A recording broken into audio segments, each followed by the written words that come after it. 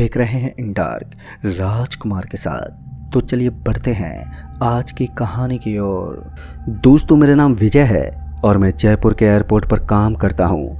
वहाँ पर मुझे गार्ड की नौकरी मिली थी और उसी नौकरी को करते करते अब 7 साल बीत गए हैं। लेकिन इन 7 सालों के सफ़र में मैंने कुछ ऐसे किस्से भी महसूस किए हैं जिन्होंने मुझे काफ़ी हद तक डरा दिया था।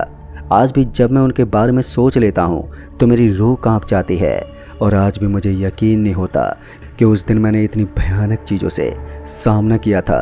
तो आइए जानते हैं कि जयपुर एयरपोर्ट पर काम करते समय मैंने किन चीज़ों से सामना किया था जिन्होंने मेरी ज़िंदगी में एक नया दौर शुरू किया था। दोस्तों, एक कहानी है साल 2016 की। उस वक्त हमारे काम में हमें काफ़ी ज़्यादा बिजी रहना पड़ता था क्योंकि पूरे दिन इधर से उधर घूमने फिरने में ही टाइम निकल जाता था। लेकिन एक दिन कुछ ऐसा हुआ जिसके बारे में एक गार्ड तो कभी सोच नहीं सकता। दरअसल उस दिन मुझे पता चला कि आज से मेरी ड्यूटी नाइट शिफ्ट में कर दी गई थी और मुझे भी इससे कोई नाराज़गी नहीं थी क्योंकि मेरा घर जयपुर एयरपोर्ट से बस थोड़ी ही दूरी पर था और यहाँ महीने की सैलरी अच्छी खासी मिल जाती थी। इसलिए मैं संतुष्ट था कि मुझे रात की ड्यूटी मिल गई है। वो पहली रात थी जब मैं रात की ड्यूटी करने के लिए एयरपोर्ट पर गया था। तो मैंने देखा कि एयरपोर्ट के ऊपर लाइट जगमगा रहे थे, चारों तरफ रोशनी रोशनी फैली हुई थी और मेरे कुछ साथी भी मेरा वहीं पर इंतज़ार कर रहे थे। मैंने अपने हाथ में डंडा उठाया और उसके बाद मशीन लेकर लोगों को चेक करने लगा कि कहीं किसी के पास कोई ऐसी चीज़ तो नहीं है जो एयरपोर्ट के ऊपर हड़कंप मचा दे। कुछ देर के बाद इधर उधर जांच पड़ताल करने के बाद मैं एक कोने में जाकर खड़ा हो गया और वहां पर पानी पीने लगा। लेकिन तभी मेरी नज़र एक आदमी पर पड़ी। पता नहीं क्यों, लेकिन उस आदमी की हरकतें मुझे थोड़ी सी अजीब लग रही थी। मुझे एयरपोर्ट पर काम करते हुए आज काफ़ी वक्त बीत गया था, लेकिन आज से पहले मैंने कभी भी इस तरह की हरकतें करते हुए किसी आदमी को नहीं देखा था। मैं बस उस आदमी की तरफ देखता जा रहा था। जैसे उस आदमी को इस बात का पता चल गया कि मैं लगातार उसकी तरफ देख रहा हूँ तो वो आदमी भी बिल्कुल मेरी ही तरह मेरी तरफ देखने लगा। पता नहीं क्यों, लेकिन अब मुझे उस आदमी के ऊपर थोड़ा थोड़ा शक होने लगा था। मुझे ऐसा लग रहा था कि ये कुछ तो करने वाला है जिसका हमें अंदाज़ा तक नहीं है। इससे पहले कि वहाँ पर कुछ हो पाता कि मैं उस आदमी की तरफ जाने लगा। जैसे उस आदमी ने देखा कि एक गार्ड उसकी तरफ आ रहा है तो वो तुरंत ही वहाँ से निकल गया। लेकिन मैंने भी उसका पीछा नहीं छोड़ा और एयरपोर्ट से बाहर निकल गया। जब बाकी गार्ड मुझे पीछे से आवाज़ दे रहे थे तो मैंने उनकी एक ना सुनी और मैंने सोचा कि इस चोर को पकड़ने के बाद शायद मेरा प्रमोशन हो जाएगा। इसलिए मैं उस चोर जैसे आदमी को देखने के लिए बस उसके पीछे पीछे भागने लगा। वैसे तो एयरपोर्ट पर काफ़ी कैमरे लगे हुए थे, लेकिन कैमरों से हमें कुछ हासिल नहीं होने वाला था। इसलिए मैं उस आदमी का पीछा करते करते एयरपोर्ट के आखिर तक आ गया। मैं एयरपोर्ट के जिस कोने में आया था वहाँ पर काफ़ी सन्नाटा था। एक तो मुझे ये बात समझ में नहीं आ रही थी कि वो आदमी इस तरफ क्यों आया होगा। यहाँ पर तो सिर्फ सुनसान जगह ही रहती है। इसके अलावा यहाँ पर ना ही तो कोई गाड़ी आकर थम सकती है और ना ही यहाँ पर कोई आदमी आता जाता है। दरअसल ये उस एयरपोर्ट के 1 किलोमीटर पीछे का एरिया था और उस एरिया के अंदर लोगों का आना जाना बहुत ही कम होता था। और हमारे एयरपोर्ट के लोग भी कहते थे कि वहाँ पर हमें खासकर रात में नहीं जाना चाहिए क्योंकि वो जगह थोड़ी डरावनी है और वहाँ पर भूत पिशाच रहते हैं। लेकिन दोस्तों, मैंने आज से पहले कभी भी भूत पिशाच जैसी चीज़ों पर विश्वास नहीं किया था, इसलिए मैं यहाँ तक तो चला आया था। और इसी बीच मुझे ऐसा लगा कि अब यहाँ पर कोई नहीं होगा, तो मैंने सोचा कि अब यहाँ पर टाइम बर्बाद करने से तो अच्छा है मुझे वापस निकल जाना चाहिए। और यही सोचकर अभी मैं वापस निकलने वाला था कि अचानक से मुझे ऐसा लगा जैसे कि किसी ने मुझे एकदम से पीछे से पकड़ लिया हो। एक बार के लिए तो मैं अपने पीछे की तरफ घूमकर देखने लगा, लेकिन मुझे वहाँ पर कोई नज़र नहीं आया।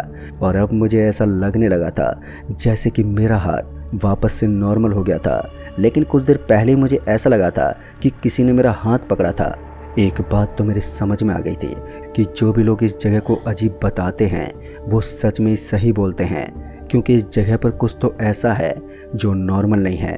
खैर, अब मेरे लिए यहाँ से निकलना ही बेहतर था, तो मैंने ज़्यादा टाइम बर्बाद नहीं किया और फिर वहाँ से निकलने लगा। अभी मैं वहाँ से वापस निकल ही रहा था कि फिर एक बार मुझे ऐसा लगा जैसे किसी ने ताली पीटी हो। फिर एक बार इस आवाज़ को सुनकर मुझे काफ़ी गुस्सा आ गया और उसके बाद मैंने गुस्से में चिल्लाते हुए कहा, अबे कौन है भाई तू? हिम्मत है तो बाहर निकल।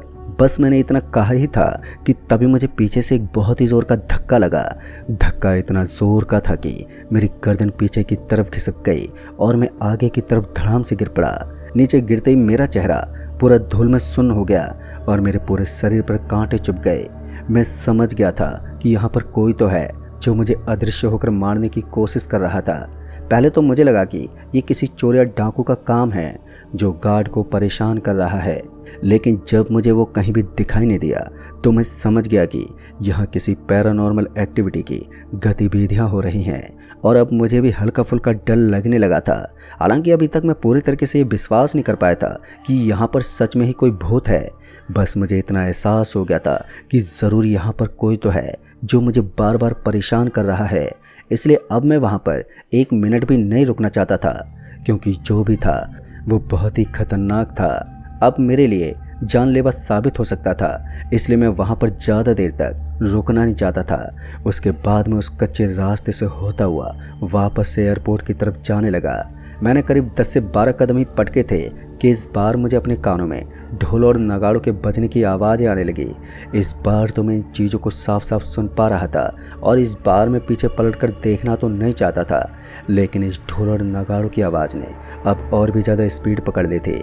इसीलिए मुझे मजबूरन पीछे की तरफ पलटकर देखना पड़ा और इस बार मैंने जैसे पीछे देखा तो मैंने पाया कि 10 से 12 लोग ढोल नगाड़ों को अपने कंधे में लटकाकर उन्हें बजा रहे थे और 4 लोगों ने अपने कंधे के ऊपर एक लाश को पटक रखा था और वो उसे कहीं पर लेकर जा रहे थे। जैसे मैंने उन्हें देखा तो उनमें से एक ने मुझे अपनी तरफ आने का इशारा किया, लेकिन ये मुझे काफ़ी अजीब लगा, इसलिए मैं उनसे बचने के लिए वापस से रास्ते की तरफ जाने लगा। लेकिन जैसे मैं एयरपोर्ट की तरफ जा रहा था तो मुझे ऐसा लग रहा था जैसे कि किसी ने मुझे पीछे से पकड़ रखा हो और मैं उसे खींचकर अपने साथ लेकर जा रहा हूँ। लेकिन बाद में जब मैं पूरी तरीके से थक गया और मेरे कदम आगे नहीं बढ़ पा रहे थे तो मैं एकदम से रुक गया और उसके बाद पीछे मुड़कर देखने लगा। दरअसल मैंने देखा कि मेरे पीछे कोई भी नहीं था, लेकिन वो ढोल और नगाड़ों के साथ जो लोग थे वो अभी भी मेरे पीछे ही आ रहे थे और अब उन्होंने धीरे धीरे मेरे करीब आना शुरू कर दिया था। मेरे शरीर में अब थोड़ी बहुत जान बची थी। मैं चाहकर भी अपने पैरों को आगे नहीं बढ़ा पा रहा था।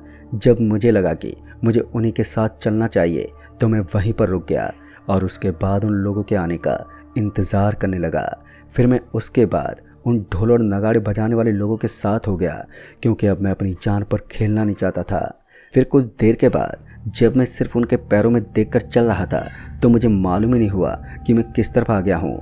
और कुछ देर के बाद मैंने देखा कि मैं एक बड़ी सी चट्टान के पास था, पर आज से पहले मैंने कभी भी इस लाल रंग की चट्टान को बिल्कुल भी नहीं देखा था।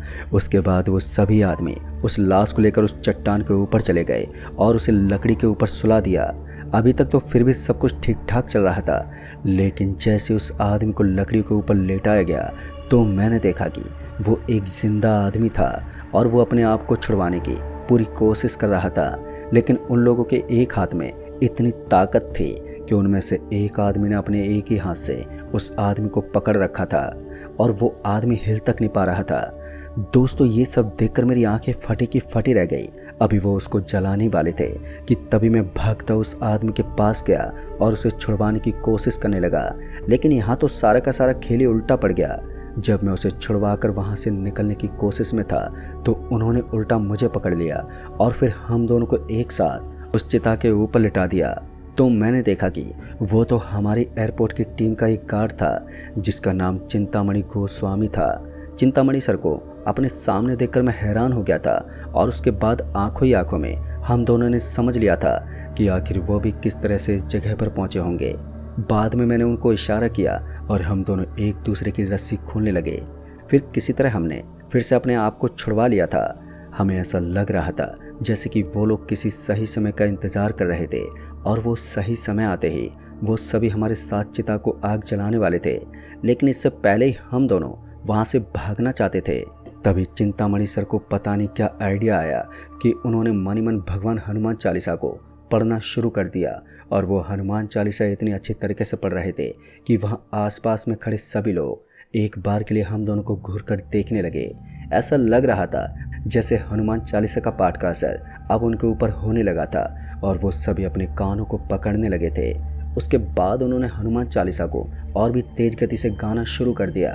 ये सब 5 मिनट तक चलता रहा और उसके बाद वो ढोल नगाड़े वाले लोग हमसे काफ़ी दूर चले गए और इसी मौके का फ़ायदा उठाकर मैं और चिंतामणि सर जी हम तुरंत ही उठे और उसके बाद वहाँ से भागने लगे। फिर मैंने भी चिंतामणि सर के पीछे पीछे भागना शुरू कर दिया और कुछ दूर आगे जाने के बाद हमें एयरपोर्ट की लाइट नज़र आने लगी। लेकिन इससे पहले ही ना जाने हमारे शरीर में ऐसा क्या हुआ कि हम दोनों के हाथ पैर अब काम करने बंद कर चुके थे। हमें ऐसा लग रहा था जैसे किसी ने हमें फिर से बांध दिया था, लेकिन इस बार हमारे शरीर के ऊपर कहीं भी कोई रस्सी नहीं थी, बल्कि हमें ऐसा लग रहा था जैसे किसी एक अदृश्य ताकत ने हम दोनों को जकड़ दिया था। हम दोनों एकदम से नीचे गिर पड़े। बस अब 2 घंटे का खेल बचा था और इस वक्त रात के 2 बज रहे थे और 2 घंटे के बाद इन काली शक्तियों की ताकत खत्म होने वाली थी, क्योंकि मैंने अपने पूर्वजों से सुना था कि 4 बजने के बाद कोई भी काली शक्ति हमारे ऊपर हावी नहीं हो सकती, क्योंकि ये वो वक्त होता है जब भगवानों की पूजा शुरू हो जाती है और उस समय ये काली शक्ति कमज़ोर पड़ जाती हैं। फिर कुछ देर के बाद हम दोनों और भी ज़्यादा घुटन महसूस करने लगे। मेरी आंखें लाल हो चुकी थी और जब मैंने चिंतामणि सर की हालत देखी तो उनकी हालत मेरी ही तरह बनी हुई थी, लेकिन उसके बाद हम दोनों बेहोश हो गए थे। बाद में जब हमारी आँख खुली तो हम हॉस्पिटल में थे और हॉस्पिटल में जब हमने ये किस्सा वहाँ के सभी लोगों को सुनाया तो उन्हें तो विश्वास ही नहीं हुआ कि कुछ ऐसा भी हो सकता था। लगभग 1-1.5 महीने के बाद हम दोनों पूरी तरीके से रिपेयर हो गए थे और फिर अपने काम पर लग गए। लेकिन आज भी हम उस दिन के बारे में सोचते हैं तो हमारे रोंगटे खड़े हो जाते हैं। हमें विश्वास ही नहीं होता है कि किसी के साथ कुछ भी हो सकता है। हालांकि उस दिन मैंने कुछ ऐसा डरावना तो नहीं देखा, लेकिन वो अजीब अजीब जगह उस एयरपोर्ट के आसपास में कहीं पर भी नहीं है। फिर वो हमें कहाँ ले गए थे और हम किस तरफ से भागकर वापस आए, ये सभी बातें हमारे दिमाग में एक रहस्य बनकर रह गई हैं। तो दोस्तों, इस कहानी में बस इतना ही। कहानी आपको पसंद आई हो तो वीडियो को लाइक शेयर ज़रूर कर दें और साथ ही हमें नीचे कमेंट बॉक्स में ज़रूर बताएं। तो मैं आपका दोस्त राजकुमार जल्द ही मिलूँगा ऐसी एक और नई कहानी के साथ। तब तक के लिए बाय एंड टेक केयर।